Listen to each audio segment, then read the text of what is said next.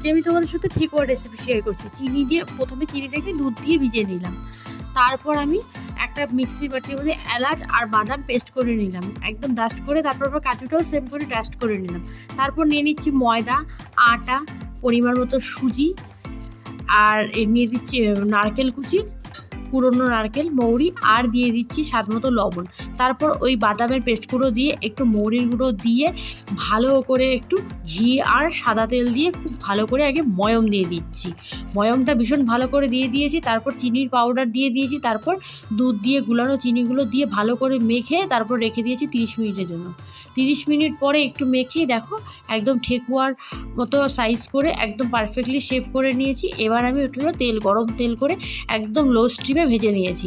তো এই দেখো আমার ঠেকুয়াগুলো খুব পারফেক্টলি হয়েছে। ভালো লাগলে ভিডিওটা অবশ্যই লাইক করো, আর নতুন হলে চ্যানেলটাকে সাবস্ক্রাইব। টাটা।